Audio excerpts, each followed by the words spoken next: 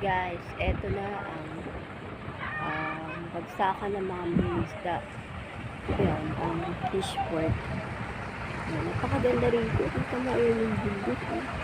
Ayan, napakaganda. Grabe. Napakaganda talaga ng Caligraso.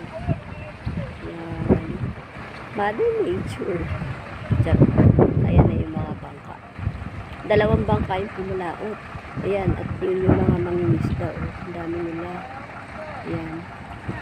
Yun nga yung mga nahuli nila. Siguro mga ilang araw din sila sa dagat na pinapalaot. Para manghuli ng mga isda. Ayan na nga.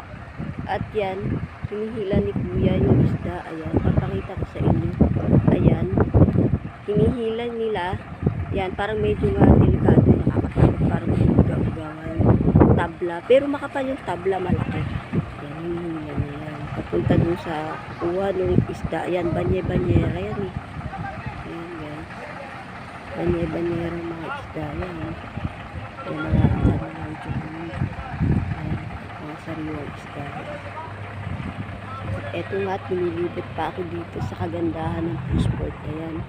Ayan, diba? Napakalawak nitong dagat na to. Ay, ganda-ganda. Ayan, ayan. Ganda niya. At ang linaw-linaw pa ng dagat. Guys, yan. Diba? Napakalinaw. Ganda-ganda.